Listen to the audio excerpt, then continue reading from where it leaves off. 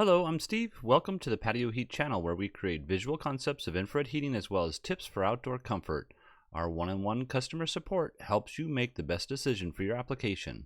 We strive to earn your business. Visit our patioheat.com website for sales and more information. Now let's get heating. All right, here we have a residential patio here, and basically let's just go right into the overall dimensions. So what we have basically is I have a 8'8" section out to the outer edge of the patio, and then 34'11". I do have a beam that goes across here, and so the inside dimension from the wall to the inside of the beam is 7 feet roughly.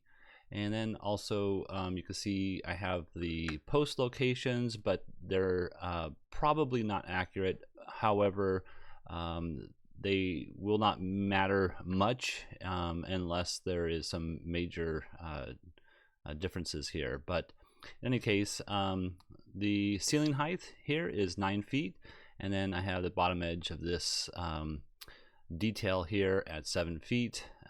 It goes up another 12 inches here, and then of course another 12 inches to the 9 feet level. I think that's about it.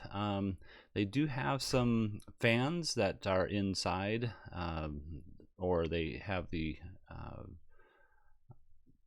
wish to put in fans in the inside. There is some existing recessed lighting in here.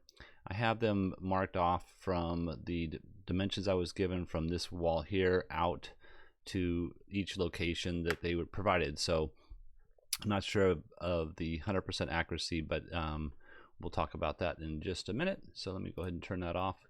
So I basically have just two different options. Option number one is going to be to place some 6,000 watt units on the ceiling up here, and I have it at approximately a 20-degree angle. The 20-degree angle will allow for the clearances to combustibles. Now, technically speaking, there is this edge over here and over here that is physically in that combustible range, and at 20 degrees that might be an issue, so you might have to pull this out a little bit or change the angle a little bit further. Now I place this angle here due to the nature that I want the ray to hit down here, so something just to think about. The other thing is clearances above. There's 6 inches of clearance all the way around. You can see I'm further than the physical 6 inches that is required. That's because I measured out to here, to the center point, so that when the heater's pointed straight down, I'm meeting that 6 inches of clearance. Now, another thing just to mention is if this height here is not 12 inches, and let's say it's 8 inches, then this may not matter much at all. And of course, the detail that I put here isn't exactly the detail that they have, so that might also alter the requirement for the clearances here. So just bear that in mind. This is just a placement right now, and we'll go ahead and see what the coverage will be. So let me just turn these clearances off and place in a coverage. And like I mentioned, these are 6,000 watt CD models, Infratech, and they are 25 amps at 240 volts. And you can see here that we have a pretty good coverage. Now, they did mention that the seating area was going to be in front of this window. I did measure off the window based on some of the information I received. However, it's not going to be 100% accurate. So the placement I have here, I tried to just center the location between here and here and make that the center of the heater itself. And you can see that we have a pretty good coverage. Now, this end over here is much closer to the heater than the further end over here, so this will be a warmer spot than over here. However, you know, whoever's the coolest can sit over here and the warmest can sit over here. Also, you might want to place a duplex switch, so you can switch one element on and one element off, or use a control system where you are able to control the heater from 1% on to 100% on.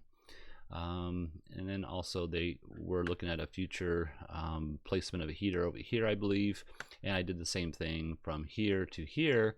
I place the heater so that it's centered.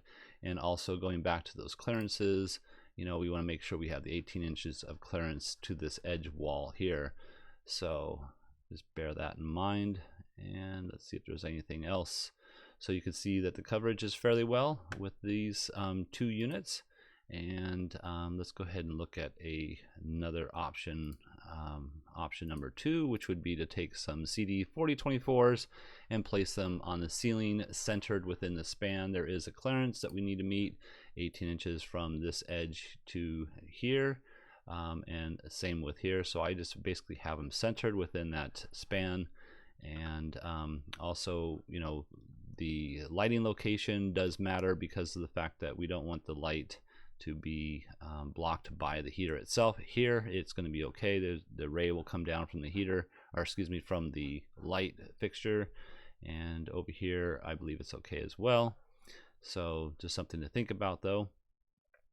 And of course the brackets are mounted to the ceiling, and that provides the 6 inches of clearance from the ceiling down to the top of the heater. And we'll go ahead and turn that off and look at the footprint of heat. So footprint of heat is a little bit narrower with a 4,000 watt unit because of its length basically and its position that I've mounted it in. So we're not heating up a large portion of this span here. In fact, if we just measured off roughly where we're physically at, let's see if I can get that here. This is basically about what kind of coverage you're going to receive. Let's see here, and we'll pull this out here. Oops.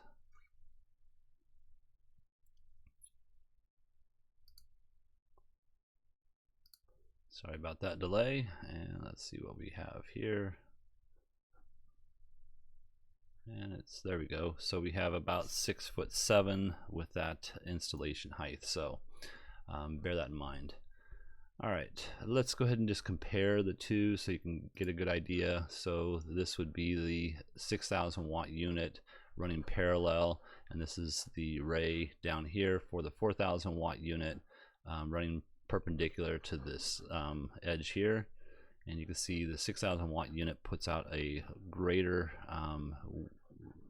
distance this direction because of its orientation, and the same is true over here. So I would probably recommend a 6,000 watt unit. If 6,000 watt units are too powerful for you, or you don't have the amperage, then definitely a CD 4000, or excuse me, a C4024, which would be a single element 4,000 watt unit, would be applicable to this application here.